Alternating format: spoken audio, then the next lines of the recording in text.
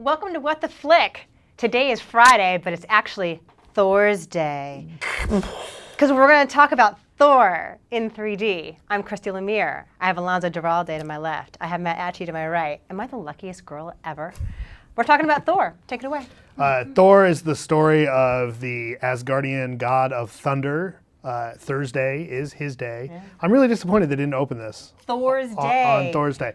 Anyway, this is the story of how he gets kicked out of Asgard after starting a war with the Frost Giants, and his father Odin, played by Anthony Hopkins, has decided that he is too arrogant and he needs to be kicked back to Earth and learn some humility.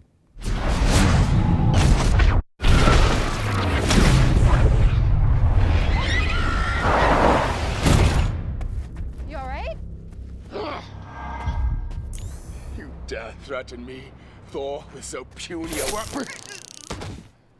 What? He was freaking me out.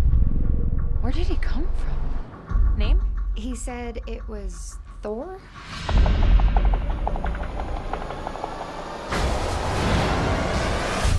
You know, for a crazy homeless person, he's pretty cut. How'd you get inside that cloud? Also, how could you eat an entire box of Pop-Tarts and still be this hungry? This drink, I like it. Another! This is going on Facebook. Smile. Your ancestors called it magic, and you call it science. Well, I come from a place where they're one and the same. But who are you, really? You'll see soon enough.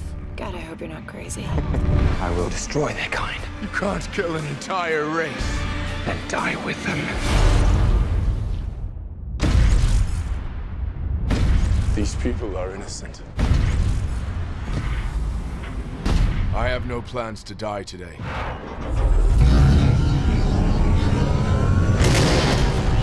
Did we mention that Thor is in 3D? Thor-D. Thor-D. The jokes really do write themselves. And Kenneth Branagh directed it, and it's in 3D. It is. Very strange. But you know, for a 3D movie about a guy who throws a hammer around, there was no like hammer in your face. Like he never throws it at the camera. There was far less 3D hammer time than we expected. Exactly. Like be shameless. I would totally. I want a hammer in my face. The other funny thing was, if you pay attention in this movie, which I was during the beginning, they never say that they're gods. They say that like the Vikings thought they were gods. Right. You know, they kind of make a crack. They very right around that. Like they never commit to saying these are gods. Right. It's all One like of the characters, in fact, kind of disparagingly says to Thor, you go there and show your powers, and they worship you as gods. Exactly. Yeah. Because we are. So here's the thing. I'm a comic geek. I was excited about this movie. I thought, Branagh was the perfect choice because he's like the one guy today who sort of mixes like Shakespearean language and big action spectacle like in Henry V and stuff. And this movie didn't work for me. No. I was so disappointed because the Asgard stuff, I felt like they didn't go far enough with the thee and the thou and the I say thee nay. You know, like they were too afraid of that. So everybody sort of has a British accent, but no sort of Shakespearean language, which is fine, it's forgivable. But He never says verily. for instance, Not yes. once. But also but you go from that where it's just sort of like, daring do adventure, we are the Warriors 3, and then you're on Earth and it's like you've got wisecracking Kat Dennings as the sidekick of scientist, Natalie Portman, and those two movies never got together for me. So like once the Asgardians come to Earth, they just kind of feel sort of ridiculous because they're stripped of their context. And I don't know. There's a giant robot, which I think lately, and I love giant robots, but I think lately that is like honestly, who doesn't? That is love a right. giant But you know robot? what? Movies are making me not like giant robots because the Transformers movies are awful. There was that giant robot in Gulliver's Travels for no reason. So now it feels like giant robot is like when you have no other ideas. It's like, okay, bring in the giant robot. So that felt lazy. To be clear, but the giant robot, the destroyer character, is well established in the Thor mythology. Okay, fair enough. I'm fuzzy on like the last couple of decades. So fans will get it then, is what you're saying. The robot makes sense. Yes. Okay, all right. The thing that really bugged me though was like the ticky-tacky small town in New Mexico where most of this takes place that is so obviously like a set. Right. And it more than once reminded me of, remember Supergirl? Yeah. Yes. Remember how there was that Favorite. crappy small town where most of the action takes place? Same deal in this Right, one. or it's like And I the should town not be- from Silverado never got any bigger. Exactly. And I should not be reminded of Supergirl during Thor. That's just depressing. I'm sorry. You liked it better. I did like it a lot better. I first of all was impressed. I had always kind of thought of Thor as at best a second-tier Marvel character, if not like a third stringer. Because when you think about the Marvel comics, most people are going to think X-Men, Spider-Man, the Hulk, and that's Fantastic Four. maybe Fantastic Four. But Thor, I don't think a lot of people really have thought about in the Yeah. past. Kind of the same way I don't think people thought about Iron Man. And I was surprised that Iron Man turned out to be such a mainstream success, or they made it into one. And I'm kind of impressed with what they've done with Thor. I liked it. Now, that's not to say there aren't problems with the narrative structure. I agree with you. I think that you don't see him kind of go full bore with the archaic language in Asgard. Although the production design is great. I thought it looked beautiful. Really?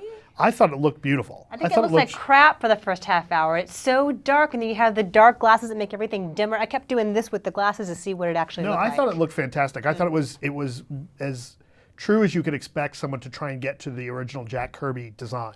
I thought it looked really nice that way. Although the Rainbow Bridge is now this sort of stained glass thing. Right. But I guess an actual But you Rainbow kinda- Bridge would have looked like Rainbow Bright or something. Right. No, I thought it mostly worked. There are elements I would have liked to have seen better.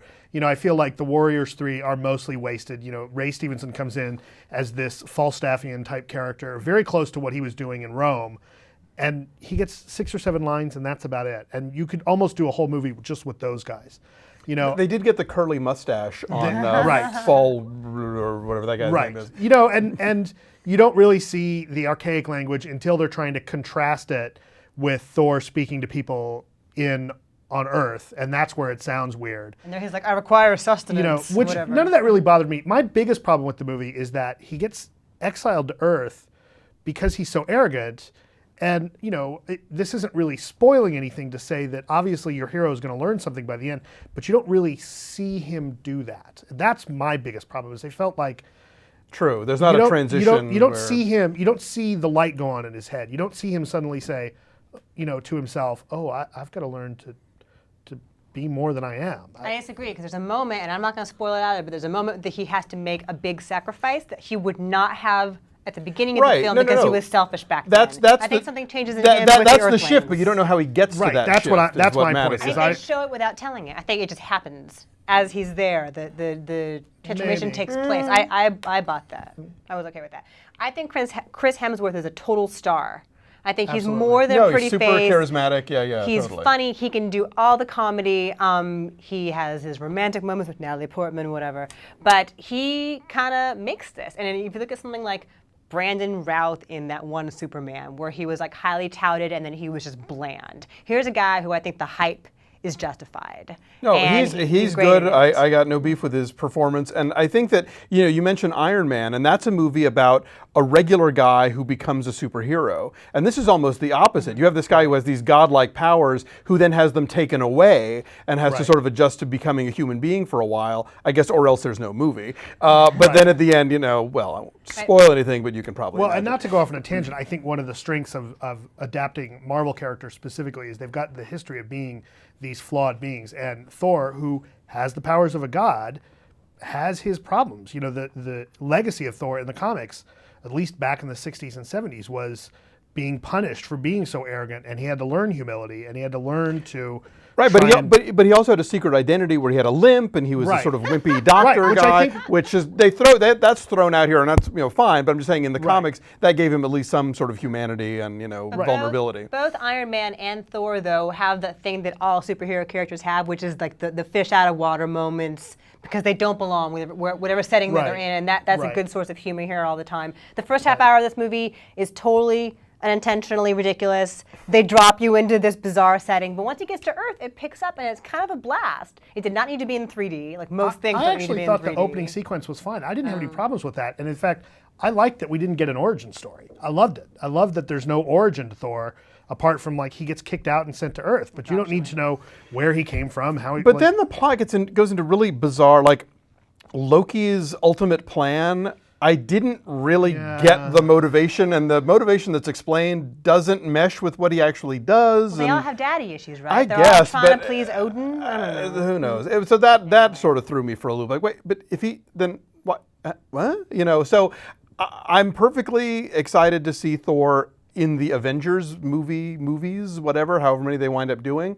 I don't know that I'm dying to see another Thor vehicle, though. Yeah, I have to say in a weird sort of way, I would like, if Branagh were to direct it again, I'd love to see this actually get more Shakespearean than they did, because I think that could work really well here. And I feel like... if anybody could do it, it'd be him. Well, and that's the thing, is I was kind of expecting it to be a little bit more than it was, and I was hoping for that, because I thought if there's any way you could, and if there's anyone who could do that, it would be Branagh. No question. And I felt like, you know, through studio interference or through just his own direction, they kind of didn't go as far with that as I would have liked. I mean, but again, I still really like the movie. Okay, so let's do numbers then. Oh, and sit through the credits. You have to, like you do with all Marvel movies, to see what's going to happen in the next thing. Yeah, It's a sit through the tease. credits. It's It's know, a and if you're a comics tease. geek, you'll be like ee about it. So you know. I did hear squealing at my screening. I had geeks with me and they squealed. Okay, let's do numbers, please. I'm gonna go 5.5. Okay. I'm Mr. going to go Atchity? higher, partly because they did pull out an actual Viking Stellan Skarsgård. I give it a 7.6. I'm giving it a 6.9, so I'm sort of in the middle. So we're giving it a 6.7. Not a hugely resounding endorsement. We liked it somewhat. I mean, what we say is irrelevant. It's going to do great, right? It's already made what, $3.5 million Yeah. in Just in midnight. midnights alone. Yeah. So Yeah, anyway. But Certified fresh. if you got to see it, go see it in 2D. Don't spend the extra money. You're not going to get anything out of that. Yeah, it doesn't, with most things, doesn't really help it at all. All right, thanks for watching. Have fun. Take care. Bye. Bye.